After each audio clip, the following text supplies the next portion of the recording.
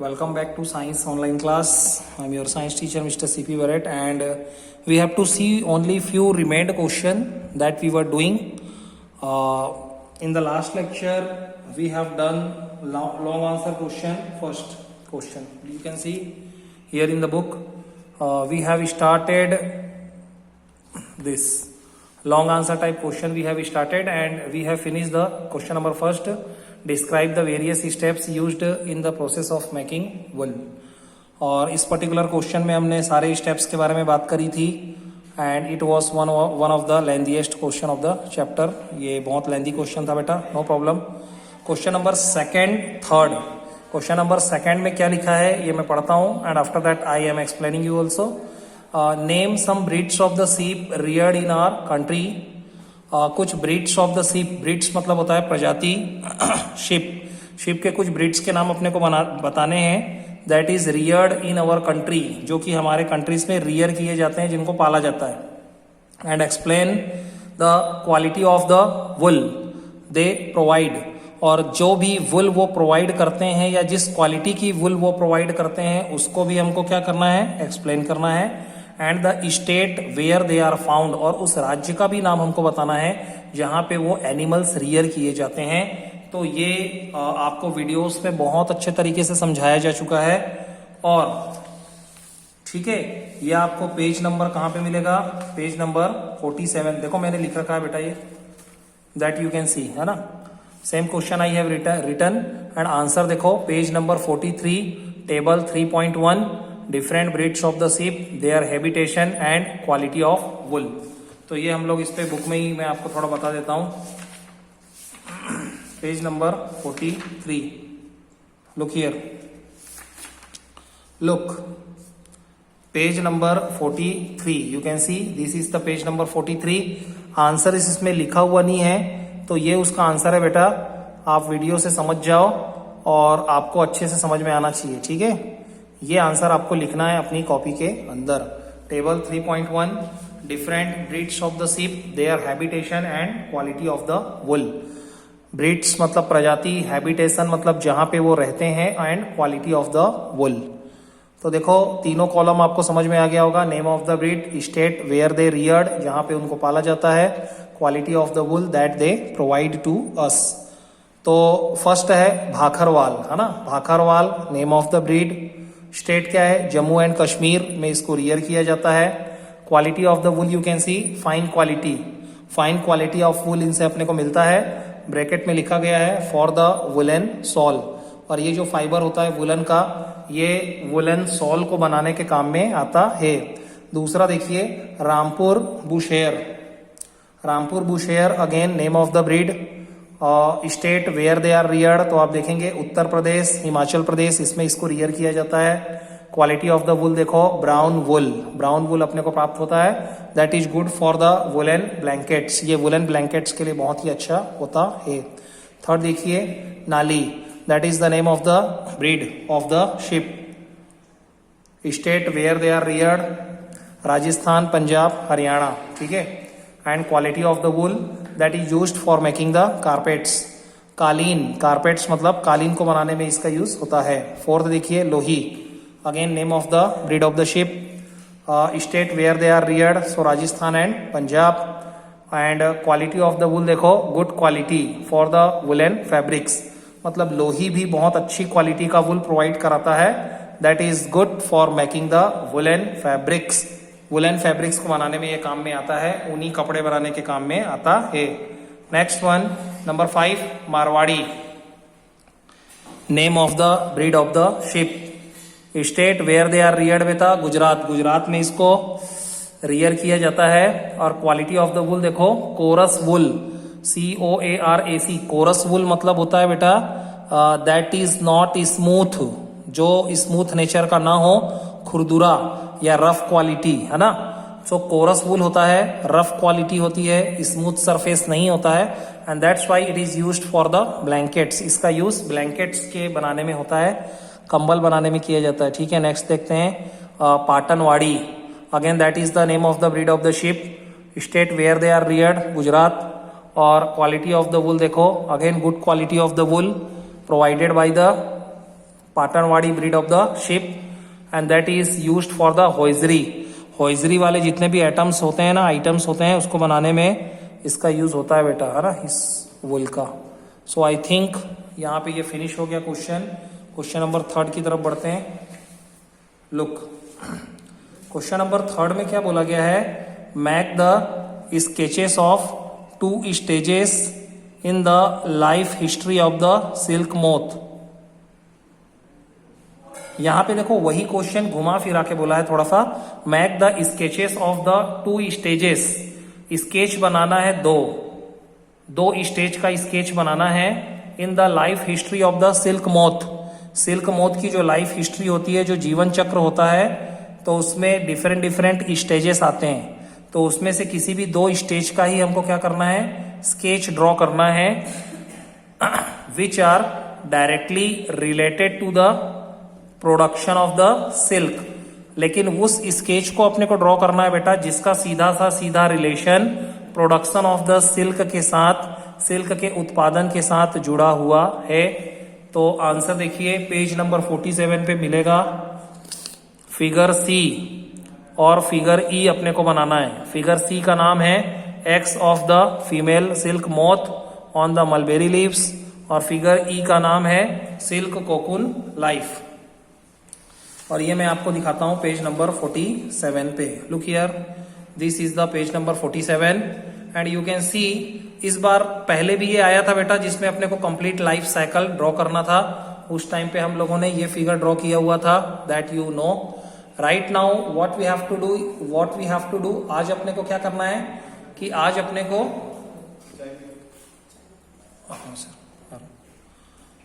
को क्या करना है, आज अपने को बेटा ओनली 2, है ना, only 2 sketches we have to draw. केवल अपने को 2 ही स्केच ड्रॉ करने हैं। Right now you can see, ये वो स्टेज होते हैं। फर्स्ट मेल सिल्क मोथ होता है, एक फीमेल सिल्क मोथ होता है। The size of the female silk moth is this, bigger than the male silk moth. Female silk moth की जो साइज होती है वो मेल सिल्क मोथ के कंपेयर में बड़ी होती है। And after that this is the formation of the eggs. तो यही फिगर सी अपने को बनाना है बेटा, है ना, x of the female silk moth on the mulberry leaves. Mulberry leaves के ऊपर जो फीमेल सिल्क मोथ के एक्स होते हैं, ये फिगर आपको ड्रॉ करना है। देखो ये फीमेल सिल्क मोथ है और मलबेरी लीव्स के ऊपर, पत्तियों के ऊपर इसने 100 ऑफ एक्स, करीब 100 ऑफ एक्स इसने दे रखे हैं। और उसके बाद अपने को बनाना है ये सिल्क, ये ई वाला फिगर बनाना है, सिल्क कोकून लाइफ। इसमें आप देख सकते हैं कि इसने एक कोकून को वीव कर रखा है और बाहर ये फीमेल सिल्क मोथ आपको नजर आ रही है। ये मलबेरी लीफ की पत्तियां हैं। तो ये दोनों फिगर आपको बनाने हैं। Figure number E silk cocoon life and that is another one is the figure number C eggs of the female silk moth on the mulberry leaves. ये दोनों फिगर ही आपको बनाने हैं। When I will send you the PDF, उस time पे मैं लिख करके भेज दूंगा और बुक से ही आपको ये ड्रॉ करना है, same as it is given in the book. Right now see, we have to see the next question related to the NCERT folder. I think only few questions are there, बाकी चीजें तो अपने देख चुके हैं हम, ठीक है। So that also we have to see. I think only this question number 4, what is the meaning of the following terms, ये करना है अपने को। Another is the objectives question and question number 5 also I have filled in the within the book only, and question number 6 sketches, वही वाला question है, ये तो repeat हो रहा। So that we will see, okay?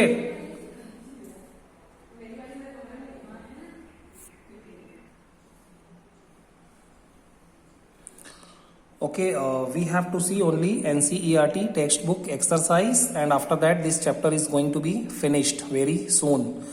Means it is going to be the last lecture of our chapter, and after that we will start the chapter number 4 heat, ठीक है। जल्दी से फिनिश करते हैं, कुछ भी नहीं रखा।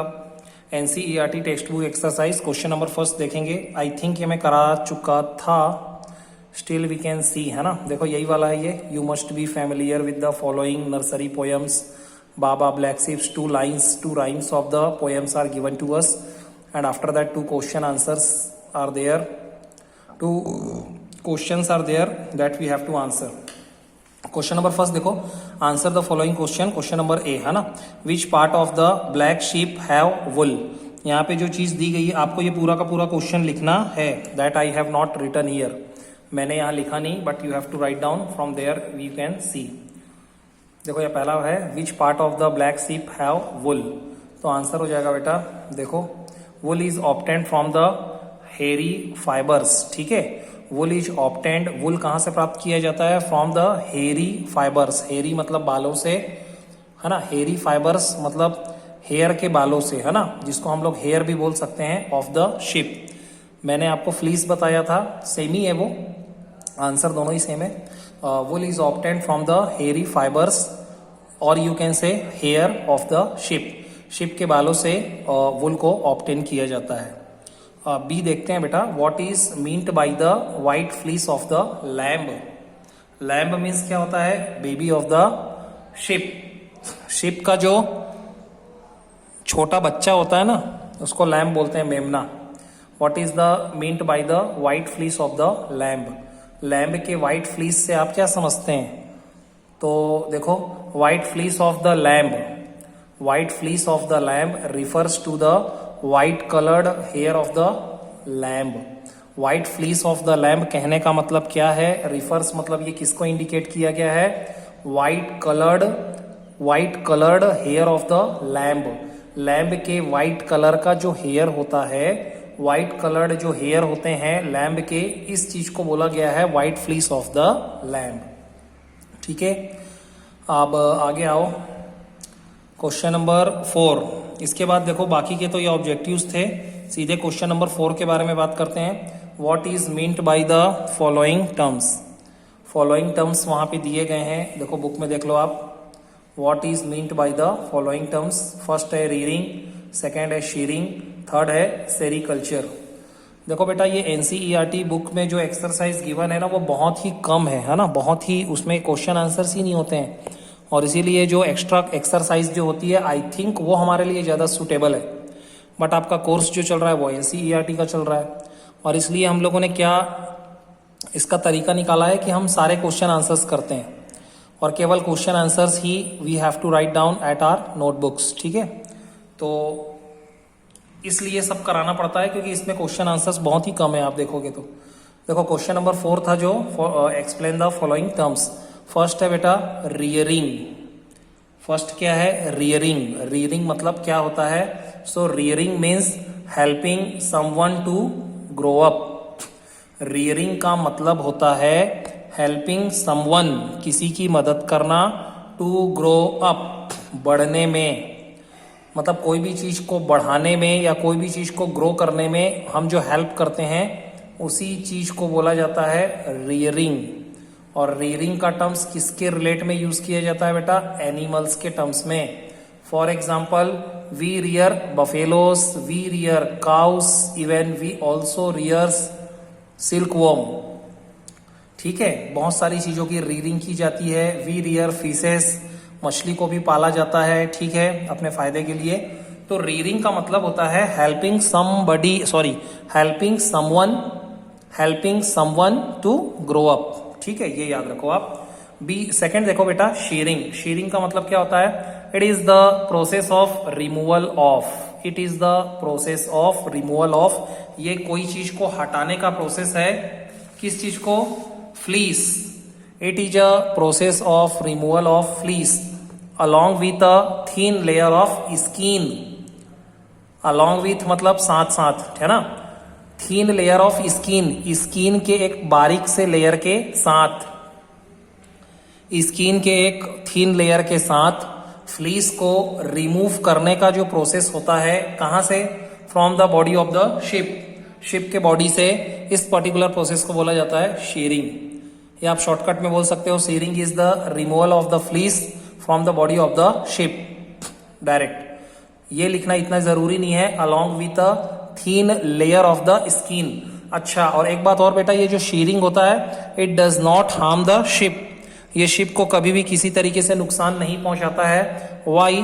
बिकॉज दैट फ्लीस, जो फ्लीस होता है, खाल होती है, उसका जो ऊपरी हिस्सा होता है ना, स्किन जो होती है, that is the dead part of the sheep. Sheep के रेस्पेक्ट में वो डेड पार्ट कंसीडर्ड होता है, और उसको थोड़ा सा काट भी लिया जाए तो भी वो शिप को उससे कोई नुकसान नहीं होता, उसमें कोई खून नहीं होता, ब्लड होता ही नहीं है, ठीक है। तो that was the answer. Third देखो, सेरीकल्चर। सेरीकल्चर को एक्सप्लेन करना है या इसकी डेफिनेशन बतानी है। So sericulture refers to the rearing of the silk worm to obtain the silk. Sericulture refers, sericulture का मतलब होता है rearing of the silk worm, silk worm का पालन, ठीक है, रेशम के कीड़ों का पालन किस चीज के लिए बेटा? To obtain the silk, silk को प्राप्त करने के लिए। सो वेरी इजी डेफिनेशन है that we can learn easily. आगे देखते हैं बुक में। बुक में देखो बेटा, इसके बाद कुछ भी नहीं था। ये क्वेश्चन नंबर 5 मैंने आपको बता रखा था that I will send you directly PDF, CamScanner से लेके इसको पीडीएफ में भेज देंगे। क्वेश्चन नंबर 6 देखो, सेम क्वेश्चन है, make the sketches of the 2 stage in the life history of the silk moth. मतलब ये वाला क्वेश्चन कॉमन है, ये हमने अभी पढ़ लिया और यही वाला क्वेश्चन फिर से आ गया कि 2 स्टेज जो होते हैं ना life history of the silk moth के, उसका स्केच ड्रॉ करना है which are directly related to the production in the silk, जिसका relation production of the silk से जुड़ा हुआ हो। So that question also we have finished. So देखो, I think we have covered all sorts of the question answers, और अब कुछ भी नहीं करना है। Till here our chapter is going to be finished. Next time I will see you in the chapter number 4, heat. Chapter number 4 is the very good chapter that we have to start offline. अब जो भी videos बनाएंगे हम सीधे offline बनाएंगे board के ऊपर। Videos केवल आपके हमेशा ऑफलाइन ही बनते हैं, केवल आपको ये जो एक्सप्लेन करना है या क्वेश्चन आंसर्स बताना है उसके लिए इस तरीके का वीडियो बनेगा, ठीक है बेटा। All the best, thank you so much.